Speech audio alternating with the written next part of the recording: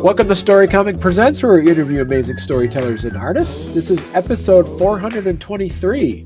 I'm your host, Barney Smith of Storycomic.com, and we're honored to have with us the internationally celebrated and award-winning author and CEO of Cosby Media Productions and Star Child Comics, Braxton Cosby. Braxton. Thank you so much for having me on. I appreciate it. Yeah, it's great. So I know we were talking before we went on the show that we have a mutual person in common, Jeffrey Haas or Haas. Mm-hmm. You know, I see his name. I know exactly how it's spelled, but it's interesting when you first meet somebody through actually the written word, and then you meet them in person. They actually pronounce their last name. You're like, that is not how I thought it was going to be. Right, that is not what I was going with. And so, yeah, you're in Atlanta now, right? Yeah, a new mecca for entertainment. You know, they've got a lot going on in the Hollywood scene. Also, the indie scene has really picked up. I've been in this business as far as publishing since 2010, roughly. We kind of really got the ball rolling in 2014. So I say we kind of celebrated our 10-year anniversary last year. So because of that, and because I really have I'm a stickler for doing what they say the industry standard. At first, I had a partnership with a larger publisher at one point. And so everything was really like about formatting and editing and all that stuff and trying to make products that were quote unquote industry standards. So because I stuck to that and I still hold that true today, I consider us a small press publisher. We're not the big five. We're not the intermediate, but we're still small press. So I would say in the comic industry, we're probably a little more independent because we have our own comic imprint, Star Child Comics, under the Cosby Media Productions banner. So we're small press, and we love it, and we love being independent and being able to do what we want to do with our books and our comics. And our authors are just so amazing. They come up with fantastic ideas, and I always challenge them to just give me the next big thing and to push the envelope. So they've done a great job, and we just continue to just tell great stories, I feel. Right. And so, because you're here to talk a little bit about your series, which is it's the Young Hellions series. Is that right? Yep. Right.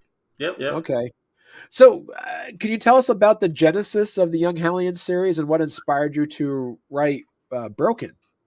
Well, my first, I've been writing since 2010. I've got my 20th novel under my belt, Wow. And I like to write a lot in third person, and I would say that my wheelhouse is fiction. But this time around, I hadn't really established a story for, per se, a young female, a protagonist. And so I'm a father of 3 girls, and I wanted to kind of highlight them. So I took a lot of bit of their personalities and kind of wove them into the character who's the main protagonist of the story, named Kisa.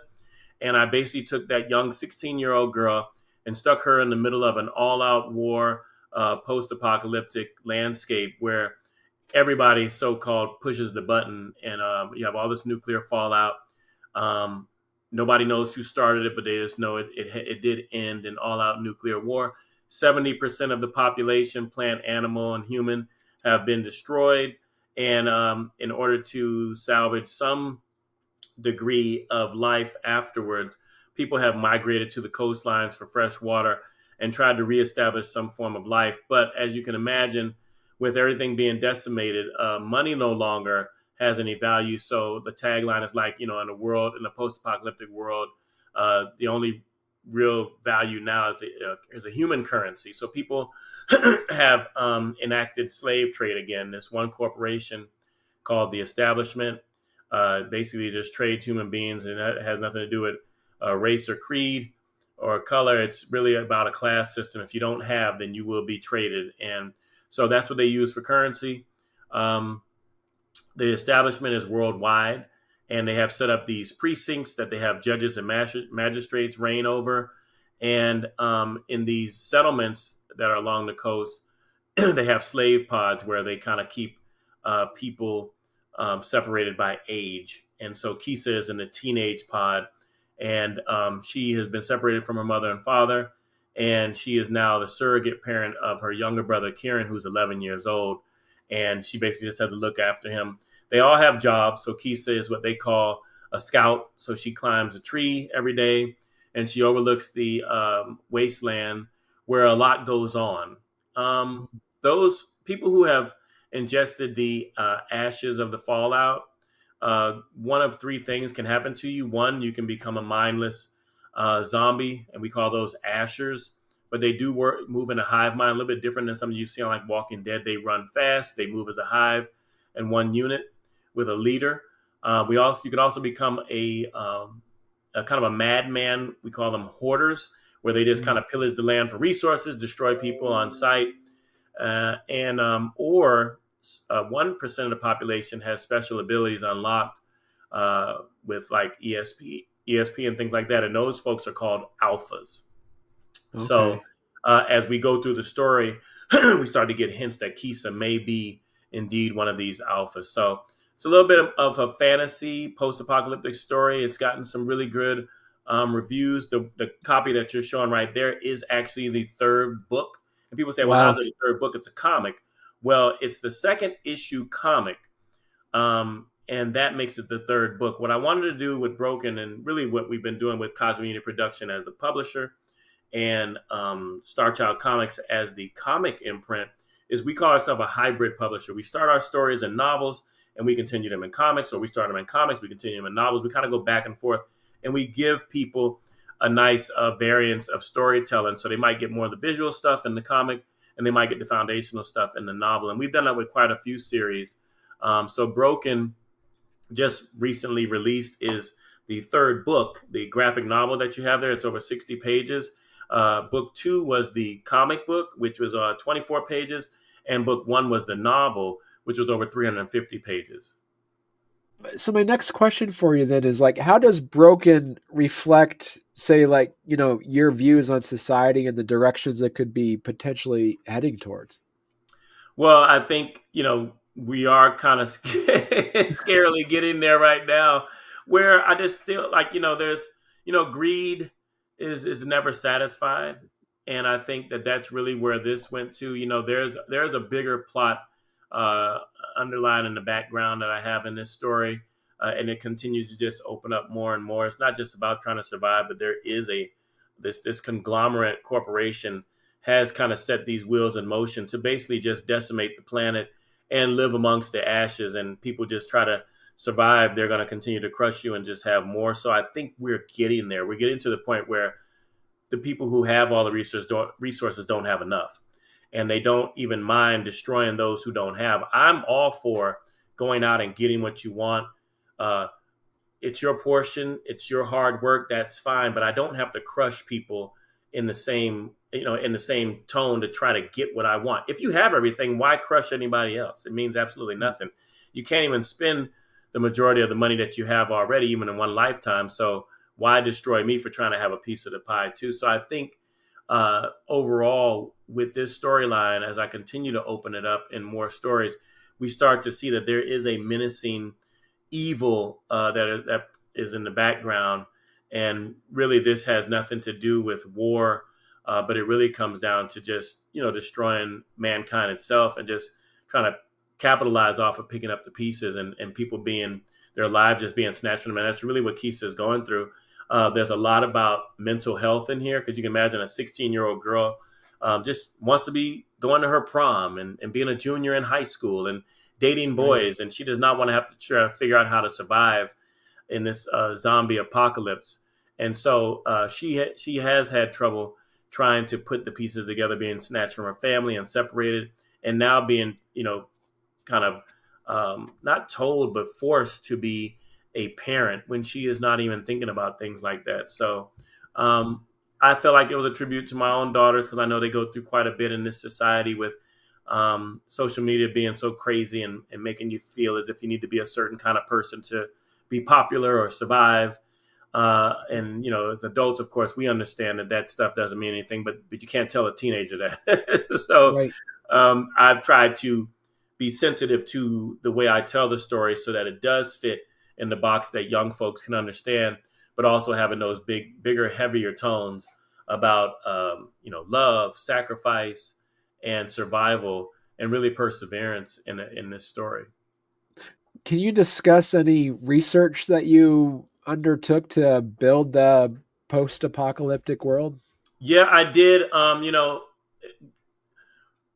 And I haven't really opened this up yet, so you'll be the first. There is a bit of research that I did about how the planet would survive following nuclear fallout, and you really do realize that it doesn't take much for the whole world to be destroyed. Because I mean, honestly, with the fallout plumes as they basically go into the sky, they block the sky out, and we'd really be looking at a world freeze. So everything would just become frozen at temperatures that people really couldn't survive in, and they would have to seek shelter, and they wouldn't, and basically all the plants would die out, and the animals would have nothing to eat. So then we would lose the food that we have, and if they become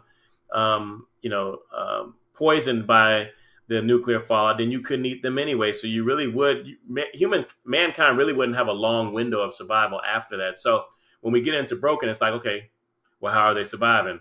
Well, basically that is the truth as we continue to tell the story, is that, hey, if this was nuclear fallout and people are still alive, then there is a bigger plot here, because there was only so many of the nuclear warheads that were destroyed to only take out a certain percentage and allowing life to go on. So now you start to get a aha moment of, yeah, there are people behind this, So yeah, that is the research that I did, just to make sure I was staying accurate with how I tell the story, so that it's something that is realistic and seems very plausible. Mm. So what message do you hope readers take away from Kisa's journey? I think at the base of it is really just like learning tolerance of everybody's differences. She meets so many other teenagers in the pods, and she's had to learn how to survive with them. Cooperation. She meets people out in the wastelands, and there's this rumblings of the resistance that's forming, and now she's got to like trust these people who she's never met before. So there's now becoming this surrogate family that she's taking on, and learning how to trust them and live with them and kind of move as one to a similar goal. So obviously it's more than just survival at this point. It's about righting the wrongs of what has happened to everybody. So I think we'll get that.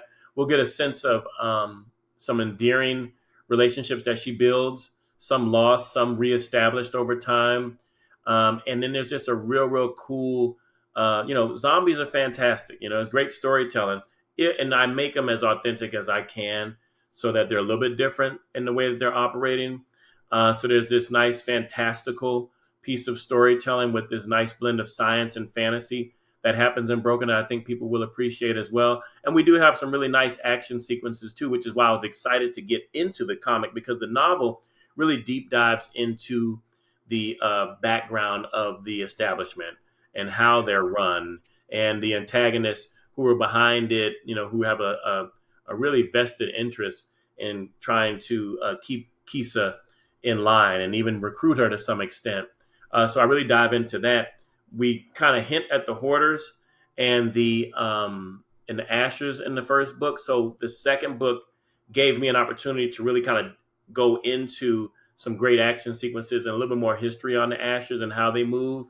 And in the third book, which is the graphic novel, I was able to expand on Kisa's character. I really wanted to make the landscape and the world of Broken, we call them the Badlands, really the focus, so that we can kind of put that on display. We introduced some new variant of some of the characters in the story as well, who've been affected by the nuclear fallout as well. So it's just something that I just start off at a foundation of maybe just introducing the world and some of the things of one of the factions with the establishment, and a little bit of the Hoarders, because there's a moment where Keisha is exposed more to them, and then now we can just pick up the action and the pieces and really kind of show you this world living and breathing in the comic book, because obviously you can't really capture that in the novel as your world building. So I think people just appreciate being able to really see some of the action pieces and the big sets that I was able to write. And the artwork is done by the same artist in books 2 and 3, which is Ram Silva. He's an amazing artist down in Brazil. And Julio Caballero is my colorist and letterer, and he just does an amazing job at really bringing these pages to life in some brilliant colors and some palettes. I was so excited about the imagery that we were able to capture in Broken. Well, hey there. If you're enjoying our podcast, don't forget to subscribe on YouTube or leave us a 5-star review on your favorite podcast platform. Your support means the world to us and helps us keep this show going. We love hearing from you, so any feedback is welcome. And thank you for being a part of our podcast family and for all your support. It truly means a lot to us. You talked about it a little bit already, but how do you balance action and character development in the story?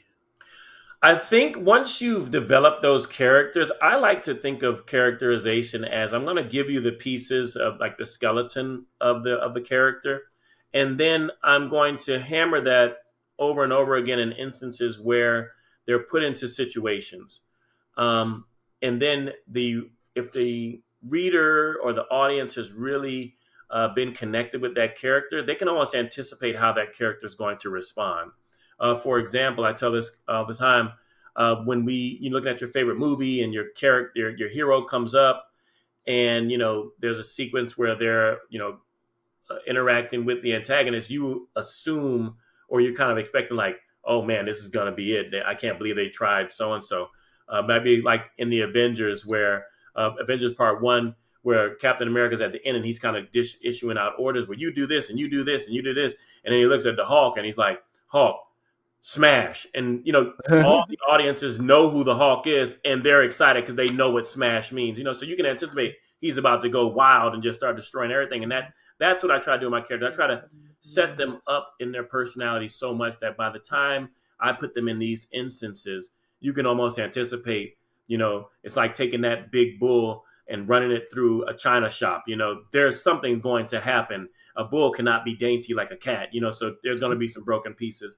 And so I try to just build that so when we get to the action pieces, you're excited to see how it all unfolds because I've been building it up to that point. Well, then my next question then is, did your characters go in a direction that completely was unexpected even to you?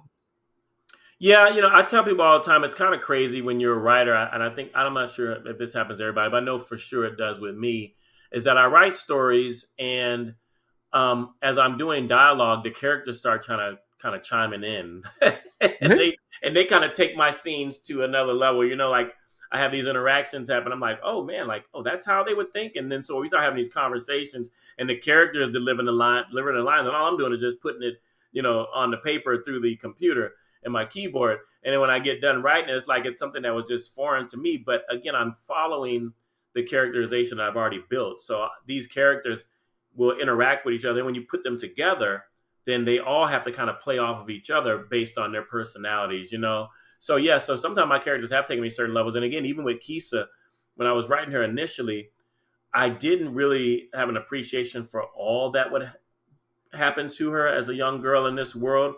But as I wrote it and I kept writing it over and over again, I saw this development of her character kind of cracking and breaking, So broken is kind of like a dichotomy of sorts where it's the character of Kisa is now broken because of things that have happened. And of course, the world around her is as well.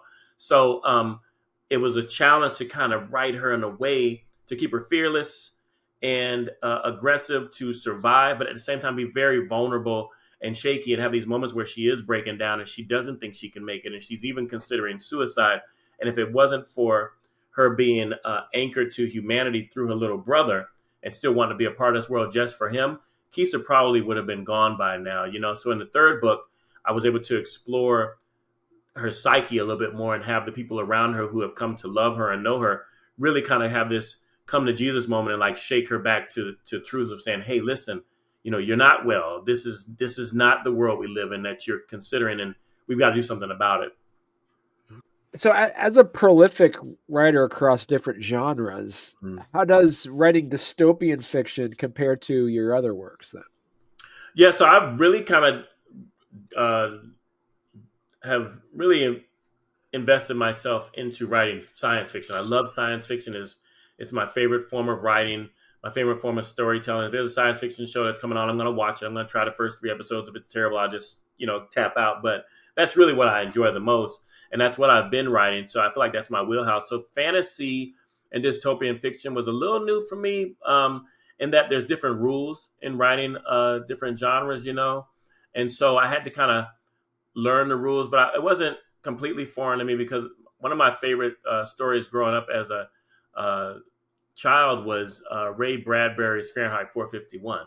So what happens if things are turned on its head and the world is totally different than the way we anticipated being? And that's really kind of the rules that I was writing in.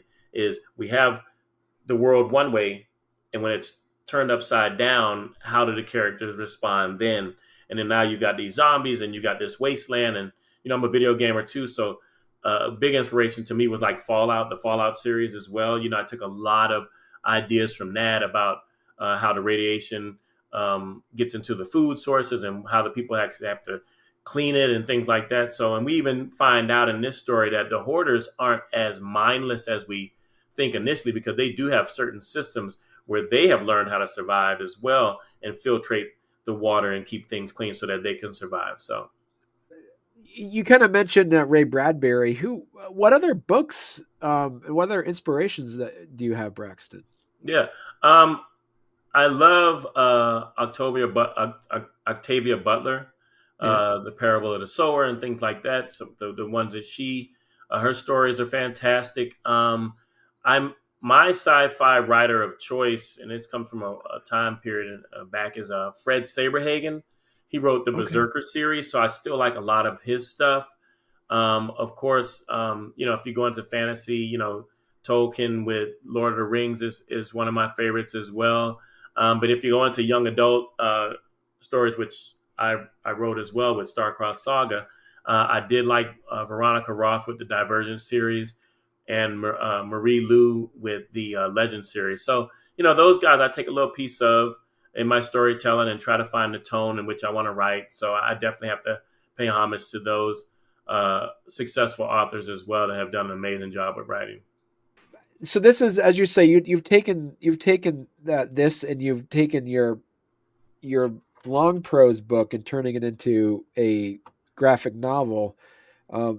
Is the Young Hellions, is this a ongoing series or is it a finite series of books? Oh no, this is ongoing. Like I said, book one is and book one was the novel. Book two picked up right after right at the end of the cliffhanger ending in book one. The comic book picks up right after that. And then book three, probably about a 6-week period after the events that happened in book two. And so now when book three ends, we're already working on the next type of book that it's going to have is a novella. So the novella will be the next phase of storytelling in the series, which will be book 4 for the Broken series. So Braxton, if our viewers or listeners want to learn more about you and your work, where's the best place they could go to? They go right where you are right now. And it's www.cosbymediaproductions with an S.com. There they'll be able to read up on all the things about our wonderful authors. We've published over 30 authors with 60 titles in ebook, paperback, and audiobook formats. We've got a little bit of everything. We've got young adult, we've got new adult, we've got poetry, we've got inspirational stories, and we also have our comic books. So they'll be able to go over to our storefront and purchase any one of the comics on site. If they go and they peruse the novels and the offerings that we have, they'll also have links that can take them to Amazon if they want to purchase, the audiobook or the ebook or the paperback from there as well. And, we just want you to come hang out with us. We also have links to our social media, Cosby Media Productions on Instagram and Facebook, and Starchild _comics on IG, and Starchild Comics on Facebook as well.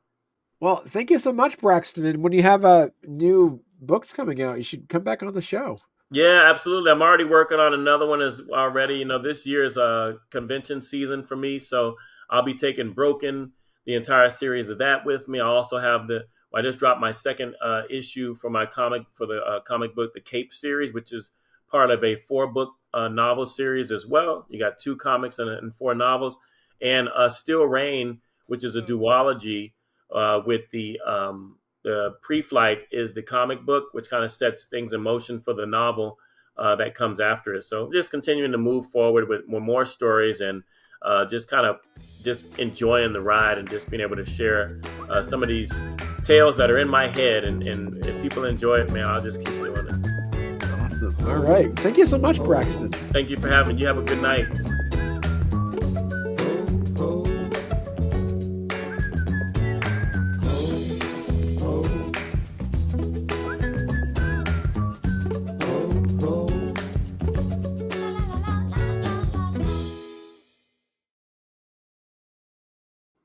Now, so how does your this is the best part about this, Braxton, the fact that I'm actually gonna I can just edit out all my ums and make it sound like I'm like super right on top of it. That's what I love about it. That's fine.